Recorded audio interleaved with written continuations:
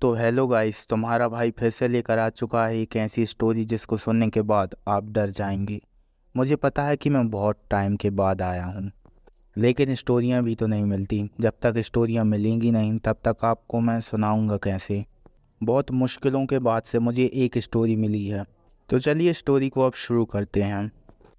ठंड का मौसम चल रहा था और राजीव का मन कर रहा था कि वो अपने गांव अपने नानी नाना के यहाँ पर जाए।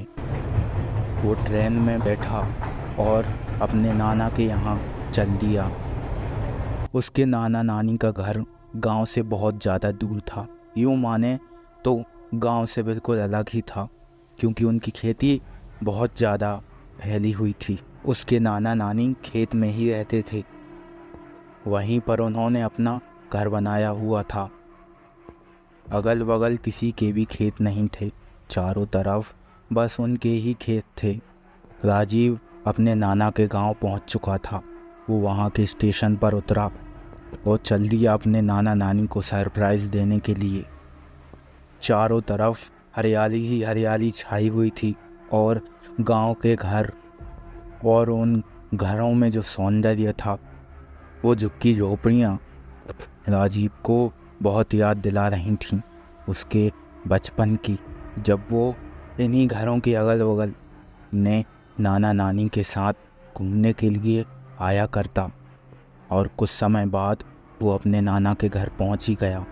वहां पर उसे नाना और नानी ही मिले और उसके मामा वहां पर नहीं थे, क्योंकि वो खेत का काम कर रहे थे। नाना नानी उसे घर के अंदर ले गए और राजीव के बारे में पूछने लगे। बातों ही बातों में कब दोपहर से शाम का समय हो गया, पता ही नहीं चल पाया। राजीव को अंदर घुटन सी होने लगी, इसीलिए वो बाहर गया और वो बाहर ही खड़ा हुआ था कि उसने देखा कि मामा अपना काम ख़त्म करके घर की तरफ आ ही रहे हैं। मामा राजीव को देखकर बहुत खुश हुए। वो रात उनकी अच्छे तरीके से बीती। अगले दिन की रात के समय राजीव सो रहा था तो उसे उसके कमरे की खिड़की से अजीब सी आवाज़ें आने लगीं और ऐसा लग रहा था जैसे मानो कि बाहर कोई खड़ा हो। उसने खिड़की से बाहर की तरफ झांक कर देखा तो वहाँ पर उसके मामा खड़े हुए थे।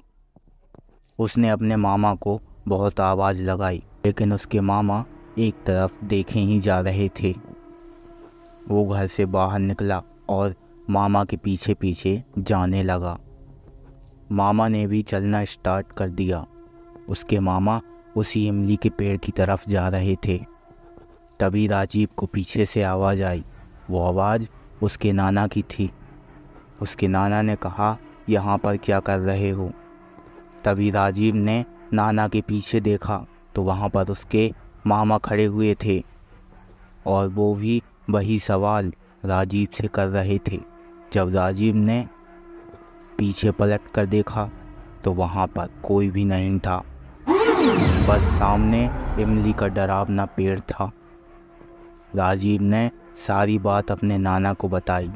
तब नाना ने कहा, आज अमावस की रात है और ऐसा देखना उनके लिए आम था। राजीव पूरी रात भर नहीं सो पाया और वो उसी पेड़ के बारे में सोचता रहा। राजीव ने बचपन से ही सुना था कि वो पेड़ भूतिया है, लेकिन उस पेड़ के पीछे की कहानी आज तक किसी को भी पता नहीं थी, न राजीव को न राजीव के नाना को।